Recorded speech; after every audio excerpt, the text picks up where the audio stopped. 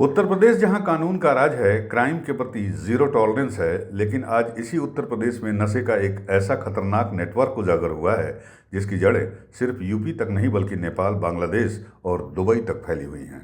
सवाल यह है कि आखिर कोडीन युक्त कफ सिरप बच्चों की दवा से कब बन गया नशे का जहर। जी हां, उत्तर प्रदेश में कोडीन युक्त कफ सिरप की अवैध तस्करी का अब तक का सबसे बड़ा नेटवर्क सामने आया है।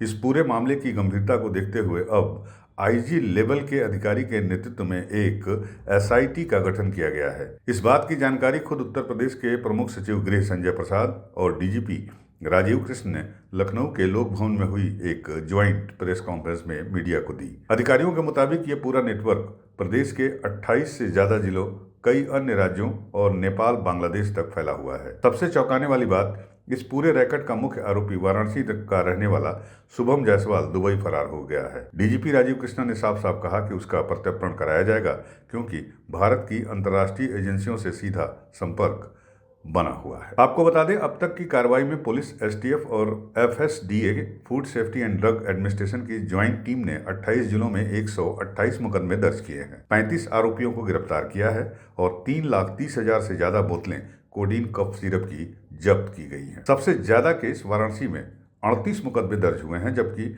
इसके अलावा 3 बड़े सुपर स्टॉकिस्ट भोला प्रसाद यादव, विभोर राणा और सौरभ त्यागी को गिरफ्तार भी किया गया है। आइए जानते हैं कैसे चलता था ये अवैध कारोबार।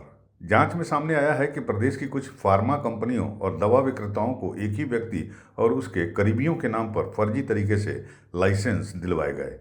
कई मामले में तो जिन फर्मों के लाइसेंस पहले से ही रद्द हो चुके थे, उन्हें भी 1 से 3 लाख बोतलें तक कोडीन सिरप की सप्लाई की गई है। ये सिरप इलाज के बजाय नशे के तौर पर इस्तेमाल किया जा रहा था।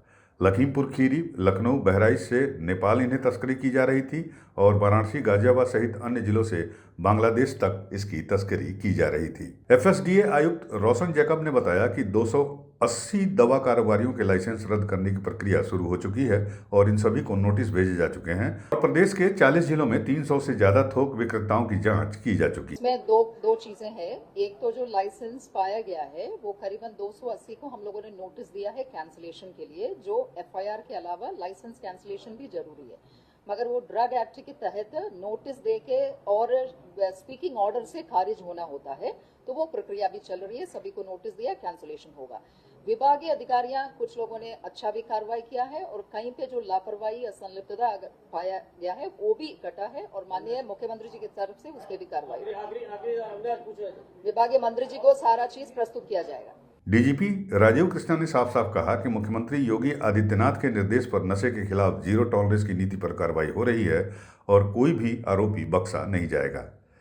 कुल मिलाकर के बात यह है कि इस बारे में शासन का, माननीय मुख्यमंत्री जी का बड़ा स्पष्ट निर्देश भी है और इसमें किसी भी तरह की कोई भी जीरो टॉलरेंस की नीति है।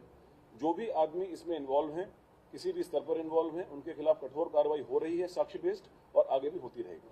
इलीगली डाइवर्ट का मतलब ऐसी भी दुकानें सामने आई हैं जिसमें जिस दुकान को दिया जाना बताया जा रहा है वहां पर कोई दुकान एग्जिस्ट नहीं करती है, वहां पर कोई स्टोरेज नहीं है, वहां पर कोई डॉक्यूमेंटेशन नहीं है कि वहां पर कोई ठेले वाला है, उसके नाम पर ये दवा का आगे कंसाइनमेंट भेजा गया। तो मीनिंग देयर बाई कि जो ये मेन लोग हैं, ये इसको इलीगली डाइवर्ट कहीं और कर रहे थे और उस चैनल से, उसी जहां पर डाइवर्ट कर रहे थे वहां से पैसा आ रहा था, पेपर पर इनको दिखा रहे थे।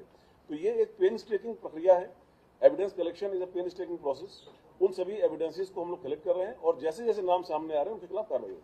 उधर सोशल मीडिया पर फैल रही अफवाहों पर प्रमुख सचिव गृह संजय प्रसाद ने साफ किया कि उत्तर प्रदेश में कोडीन कफ सिरप से एक भी मौत नहीं हुई है और सोशल मीडिया पर ये भ्रामक खबरें फैलाई जा रही हैं जिनसे बचना जरूरी है।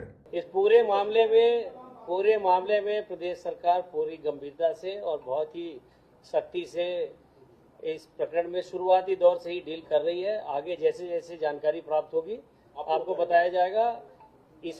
इसी क्रम में माननीय मुख्यमंत्री जी ने यह भी निर्देशित किया है कि इस पूरे, चूंकि कई जिलों में 5-7 जिलों में फैला हुआ है, तो बेहतर कोऑर्डिनेशन के लिए स्टेट लेवल पे भी एक एसआईटी, एक आईजी लेवल के ऑफिसर के द्वारा अध्यक्षता में बनाई जाएगी जो इस पूरे मामले को कोऑर्डिनेट करेगी। बहुत सारे तो इसमें जैसे ही कोई और नहीं पुलिस के FSDA के लोग रहेंगे, वो FSDA के लोग भी रहेंगे, पुलिस के अधिकारी भी रहेंगे। नहीं मैं बता देता हूँ, छुपाने वाली बात नहीं है। शुभम का जो हमारे पास एविडेंस आया है अभी तक, वो उसका दुबई में जाने का एविडेंस आया है, दुबई में जाने का एविडेंस आया है। लेकिन ड्रग्स के मामले में जो अंतर्राष्ट्रीय हमारी संधियां हैं वो बहुत सख्त हैं। तो जो एविडेंस हमारे पास है उसके आधार पर हम प्रत्यारोपण भी करेंगे और भी कार्रवाई भी करेंगे।